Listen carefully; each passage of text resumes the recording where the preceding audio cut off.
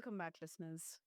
Let me ask you my question, and then I'll move on to our conversation. But have you ever reached a point in your career when the next step feels less like a ladder and more like a chessboard, where it's no longer just about hard work, but it's more about strategy, positioning, and knowing how to negotiate your worth? Well, today we are diving into that powerful intersection where leadership meets intentional career design. And my guest is someone who doesn't just guide executives, she transforms careers. Listeners, meet Michelle Merritt. She's the strategic force behind DLS Executive Career Management. With over 2 decades of experience advising C suite leaders, navigating boardrooms, and helping top talent unlock their highest potential, Michelle understands exactly what decision makers are looking for because she's been one herself. From executive career pivots to board opportunities to high stakes compensation negotiations, Michelle helps leaders not just land the role, but truly own the room. And today on BizBlend, hosted by Sana, that's me, she is bringing that rare blend of executive presence and practical insight. So, with that, Michelle, I'm absolutely thrilled and excited to have you here with us. Hi, Sana. It's so great to be with you. I'm so excited you invited me. Okay, Michelle, let's start at the crossroads. So many executives hit. Um, Mhm.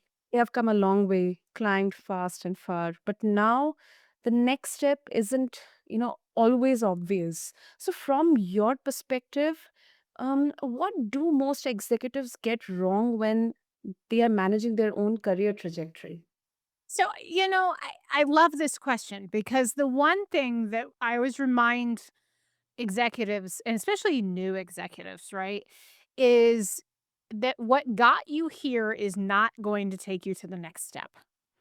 At that crossroads that you're referring to, so often people will talk about, well, I've been building on my career. I've walked through the doors that open. I've, maybe kicked down a door or two, things like that, but I've just been continuing to build.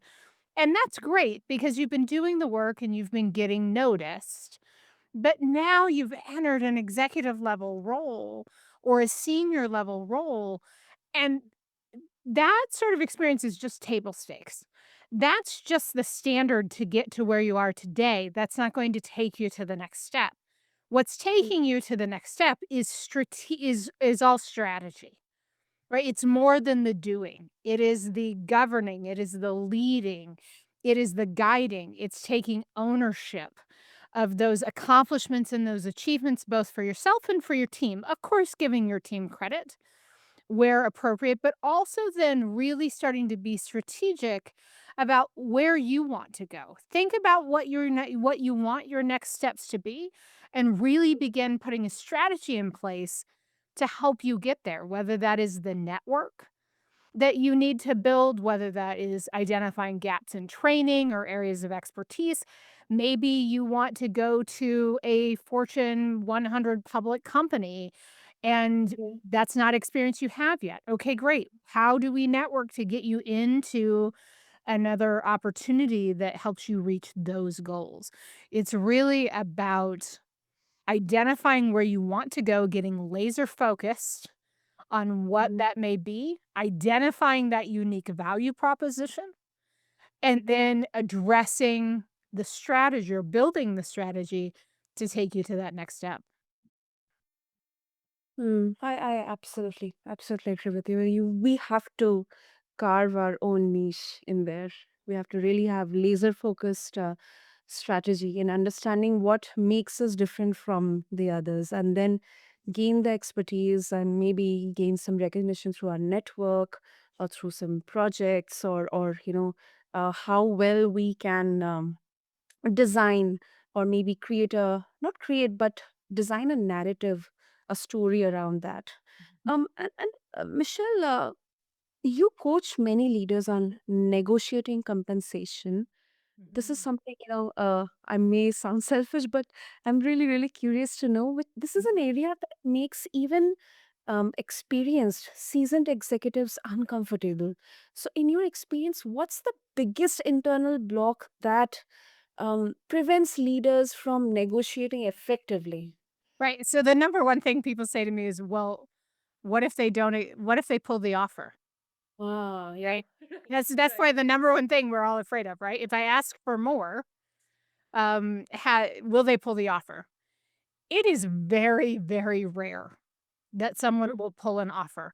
Now, let's back up for a minute though and talk about how you prepare in advance for negotiating, because there are times when an offer may get pulled and it might be because you didn't do something right in the beginning, right? Mhm. So when we're talking about compensation negotiation, and compensation's made up of a lot of things.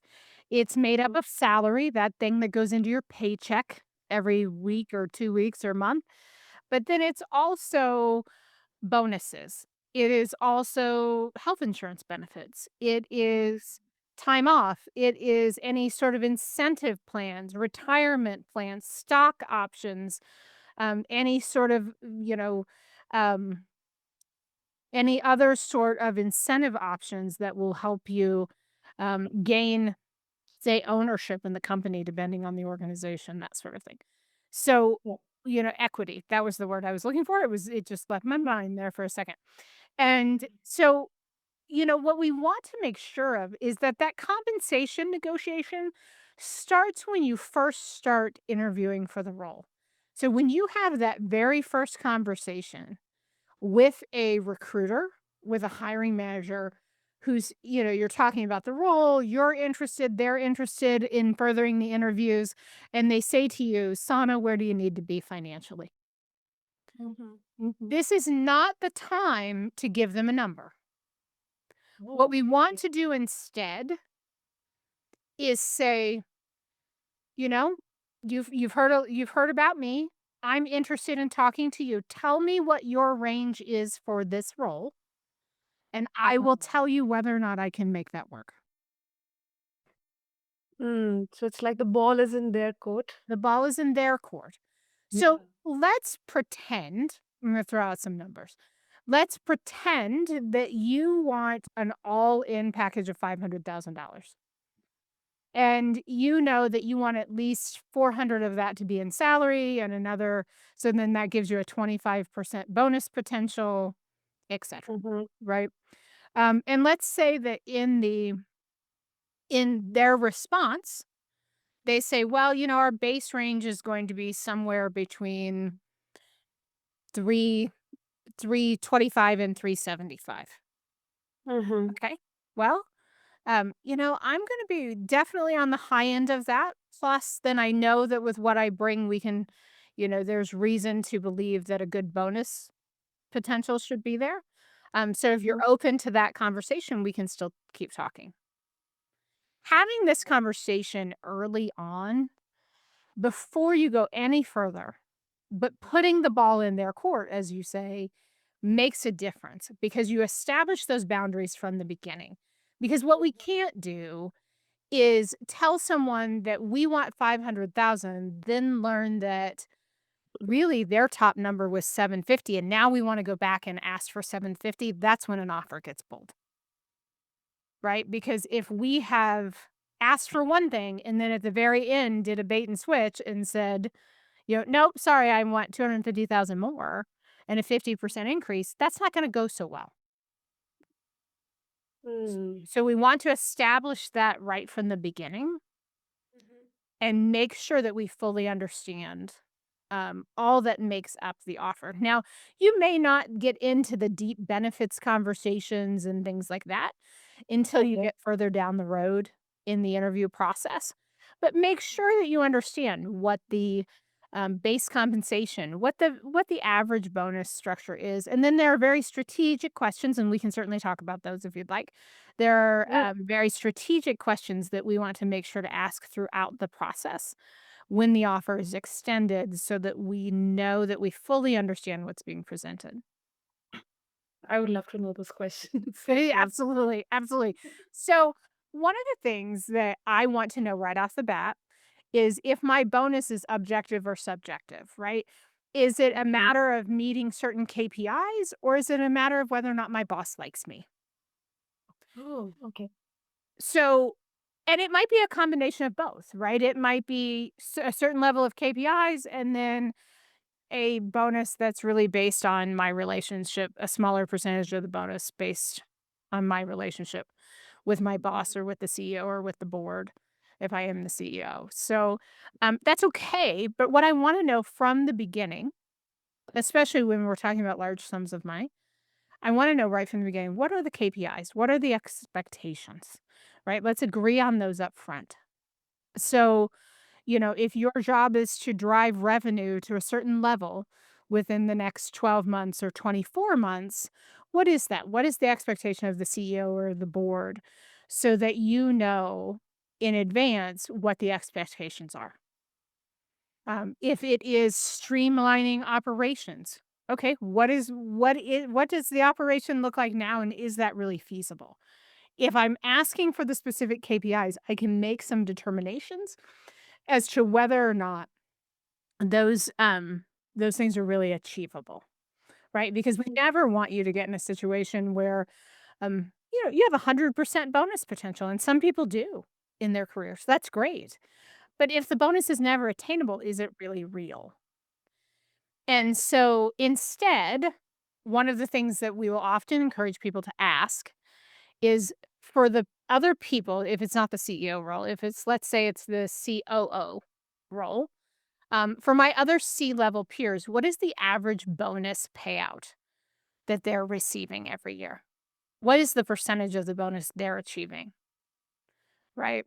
So we're talking about either your peers in the organization, your peers at a certain salary band, etc. So that you can get a feel for whether or not that's a realistic bonus potential. You can also ask, what has been the average bonus payout in the last 5 years? So we get a feel for, have you, and part of the reason we go back 5 years is because 5 years takes us back to COVID, right? And it didn't matter your industry dramatically changed, maybe for the good, maybe for the bad, during COVID. And so get a feel for what that average is throughout those 5 years so that you get, again, an idea of how real that bonus potential is.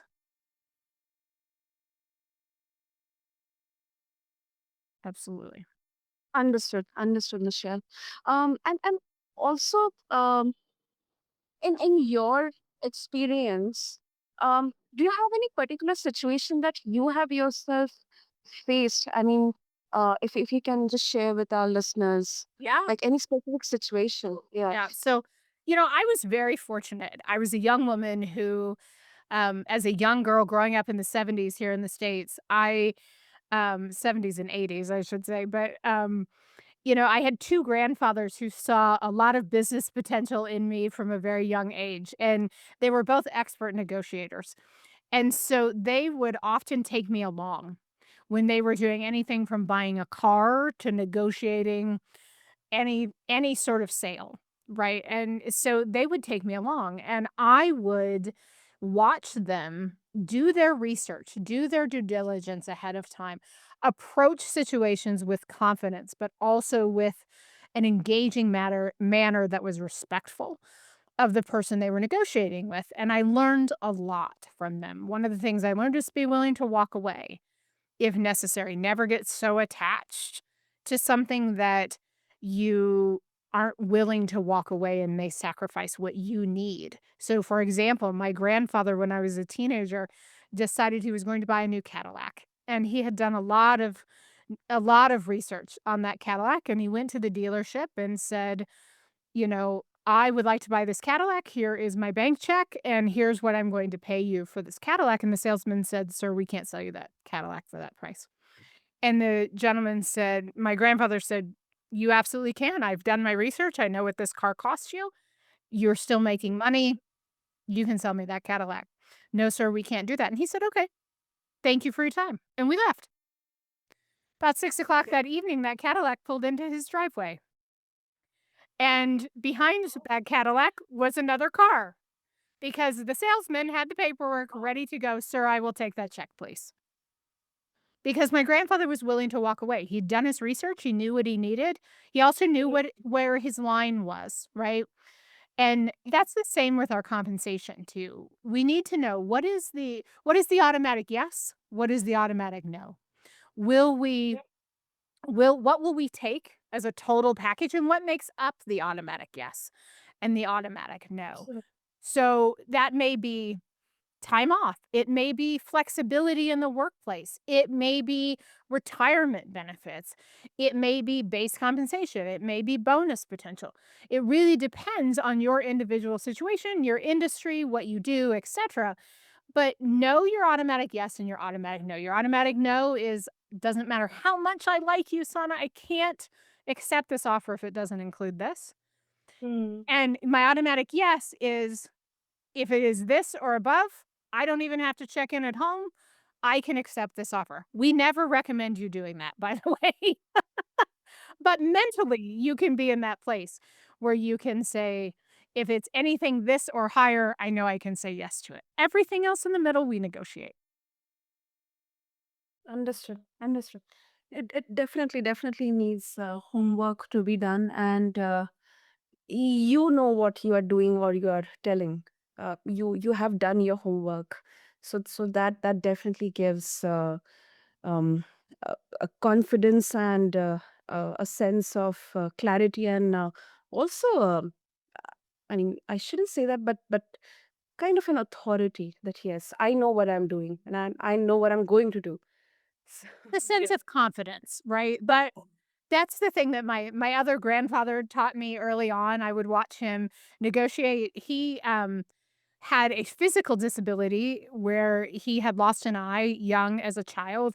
And Mm. growing up in the 40s and 50s, we treated young people very differently than we do today with a disability. And so, he learned over the years to be confident and to present himself in a way that showed that he was confident in who he was. And I would watch that growing up, and I would watch him interact professionally and personally both, and watch that level of confidence, and people would often say yes to him because he expected them to, because he had done his research just as my other grandfather had, and Mhm. had oftentimes really not only done his research, but had met people where they were with respect, and also carried himself in a way that commanded that respect. And I Mhm. think with as women, especially when we look to negotiate, we don't want to offend people. We don't want to again, we don't want someone to pull the offer. We are nervous. What if people think I'm that word that I don't say out loud? Things like Mm. that.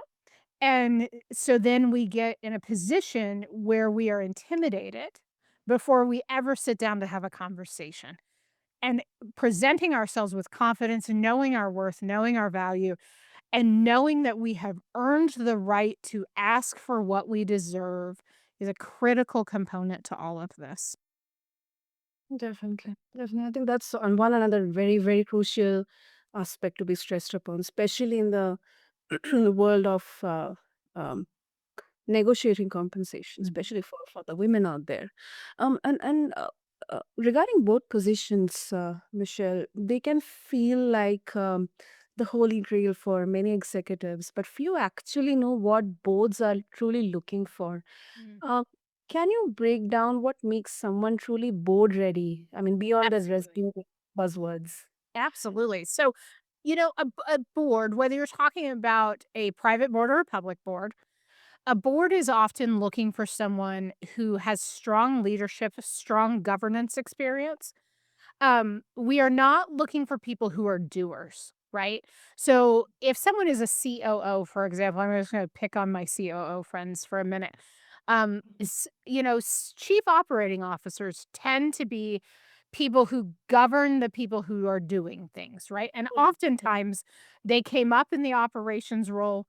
And as they came up in the operations role, they were doing a lot along the way, and they can still be really tempted to be doers, right? They're the people doing the work, not necessarily just leading or governing the work. And what we want to be careful of is when we present ourselves as a board candidate, and great board candidates have been leaders in their organizations. They've held senior level or C-level roles in their organizations, and they can demonstrate the accomplishments and the achievements that they've led and do it in a way that speaks to the governing, right? Think about a board as being nose in, hands out, right? That's a saying in board circles quite a bit.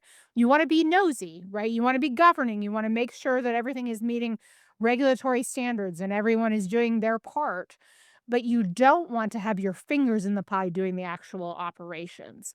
So that's the first thing. The second thing I would say is on public boards, you can find what they call a board matrix. It's often in their annual report or any sort of their reporting regulatory reporting documents. So you can find a board matrix, and in that board matrix, it is a grid that demonstrates the expertise of various board members. And you can start to get a feel for the areas of expertise each board member brings. And it may even list other areas that are gaps, right? So they have identified what the key areas of expertise that they're looking for in a board or board member, and then they're marking off which of those key areas certain board members fill. So that you may look at you may look at a board matrix and see that that particular board is missing AI expertise, for example, or they've just had a Okay. board member roll off that was a cyber strategy or a cybersecurity expert, right? And that is an area that needs filled. If you happen to be an expert in those things, that's a great way to present yourself. Now, the other side to that is private boards don't often put a board matrix together. At least they don't publicize one very often. Mhm. But you can think about what are the sister companies that are public. So, for example, a um, a company you may be interested in a private technology company. So you might look at Meta or Alphabet and look at their board matrix and then oftentimes those skills, those areas of expertise will be very similar to what the Mm. smaller or private company that isn't publicizing those, are also looking for.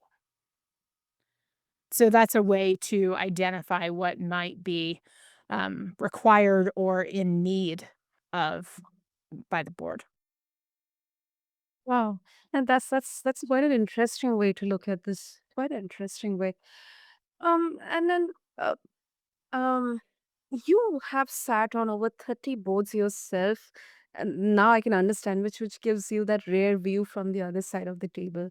So Right. any red flags or blind spots you see in candidates that immediately raise concerns for uh, the boards? Yeah, so I've had this conversation twice today where Okay. 2 different board candidates have said to me, "I have a really diverse background, and I know that that should be a selling feature to the board, and I Mhm. don't understand why people aren't calling me."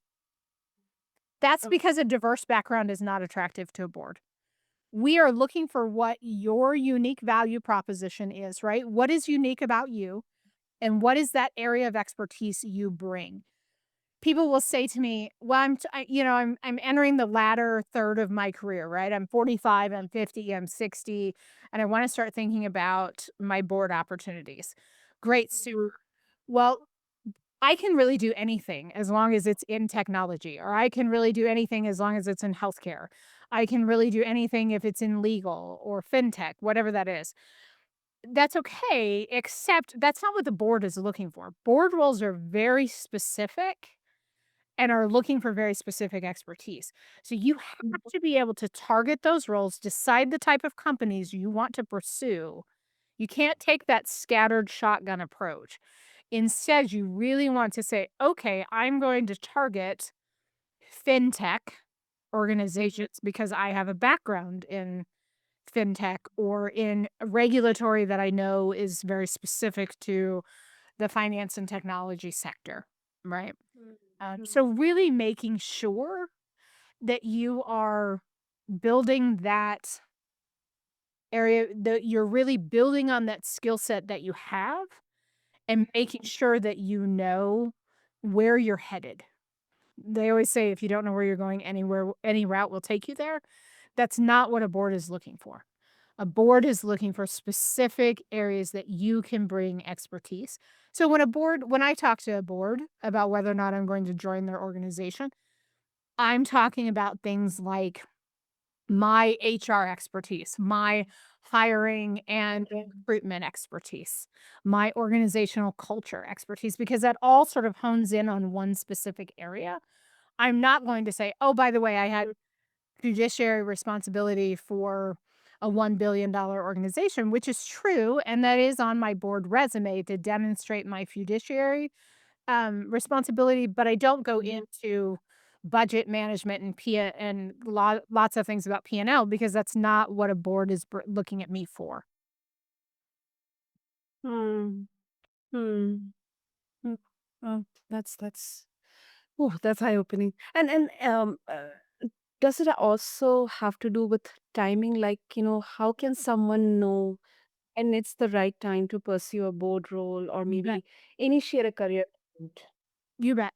So, I always tell people you can't expect a board role to land in your lap. You have to go tell people you want to be on a board. Right? So often we think, "Oh, yeah, maybe I would really like a board seat," or people will say to me sometimes, "I didn't even know that was available. Why how did you get on that board?" I serve on a police department merit commission currently, Mhm. in my community. Right, so we're responsible for hiring, discipline, and termination of, of, um and promotions rather, hiring, promotions, and disciplinary actions for the police department. Super great. It's a paid board seat. I'm honored to have the seat. People have said to me, "How did you even know about that?" Well, my network knew that I was looking for my next board opportunity. I'm very, very clear about the fact that I want a board seat. And here's what I bring to the table, and here's why you should refer me or tell me about the next board seat that you hear about. And someone said, "Hey, I think you should really put your name in for this." Great. Super. I did. Here we are. You have to tell people that you are open to that opportunity, and here's why, right? So your network, especially that first paid board role, that network is going to Mhm. bring forth that opportunity for you more often than not. Recruiters rarely are helpful to first time paid board candidates. Once you have that first board seat, it's a different story. But getting that first one can be a little bit tough, and again, rarely one that recruiters are able to fill. Mm. Hmm. Yeah, because honestly, many people they hesitate thinking that I'm not ready yet. But sometimes that delay itself is more fear than fact.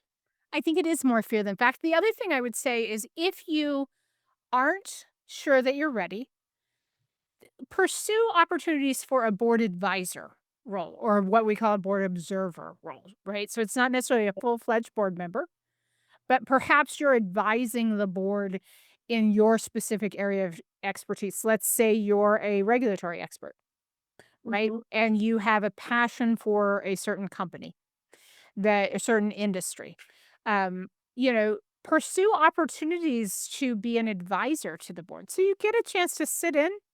Right, you're not necessarily a voting member of the board, you don't necessarily have fiduciary responsibility, but you do have an opportunity to advise and see what's going on, and you can start to make some decisions for yourself so that when that term as an advisor is up, you can either say, "Hey, I'd be really interested in a board seat should one become available," or, "You know what? Hey, this isn't for me." And there's nothing wrong with saying a board work isn't for me. It's hard work.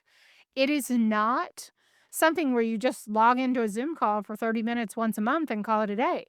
There is work behind the scenes. You will be expected to serve on committees.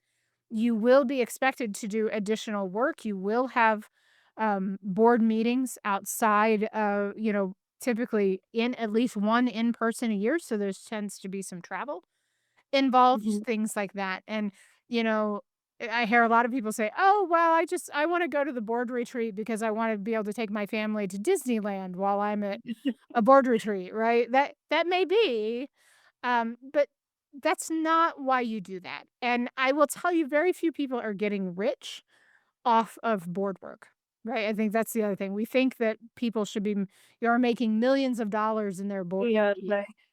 And that may be true for the board president of Google, but it is not true for the majority of us. Yeah, yeah. The role may look very ambitious and Mm. high value, super important, but it's different behind the scenes. It is, and I would also remind people that most of the time we don't negotiate compensation on a board role. Right? Oh, Because that is typically set by the board and by the company ahead of time, so everyone is compensated in a similar fashion. You may get a little bit extra if you serve on a committee or something like that, but, you're not really negotiating board compensation very often. wow. That's that's a revelation. Oh, great. So, Michelle, if our listeners they would like to connect with you, what would be the best way to do that? Absolutely. They can connect with me either LinkedIn is always probably the easiest place to find me. So you're more than welcome. Send me an invitation to connect. Please don't just follow along. Send me an invitation and a note telling me that you heard this here. That's great. You can certainly do that. You're always welcome to email me as well, which is Michelle M at dscareermanagement.com. And you can certainly check out our website and all of that too. But LinkedIn is probably the place that's the easiest and the quickest to get a hold of me. Wonderful. I'll make sure to have all the links in the show notes. And Michelle, this has been incredibly. It has been a revelation because um how much intentionality, self awareness, and yes, of course, courage it really takes to lead not just a company but your own career. Mhm. So, thank you so much for bringing these wonderful, so useful insights for all of us. Thank you, Sana. It was great to be with you. Absolutely. And to all the listeners, whether you are climbing, pivoting, or reaching for that boat set seat, I hope today's conversation reminds you that your career isn't something that just happens to you. You get to lead it. So, to all of the BizBlend listeners, until next time, stay bold, stay intentional, and keep blending the business of leadership with the art of growth. And to connect with Michelle, just refer to the show notes along with this episode on your favorite podcast platform. Until then, this is your host, Sana, signing off. Thank you.